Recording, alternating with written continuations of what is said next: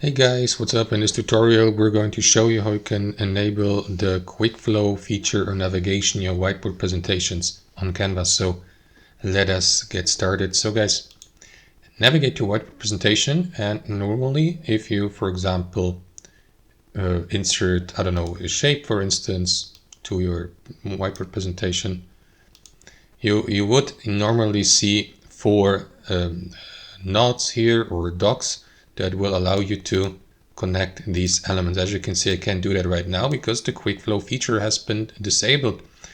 To enable it back again, right click into the given element and choose this option at the bottom, enable quick flow.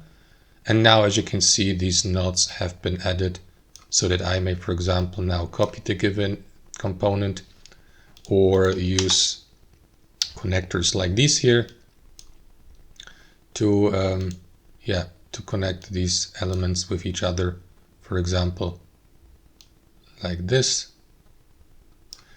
And if you can only do this with the quick flow feature. You can also disable it if you accidentally disabled it, enable it back again, the method, using the method I just showed you. And that's it. Thanks for watching and have a fantastic day.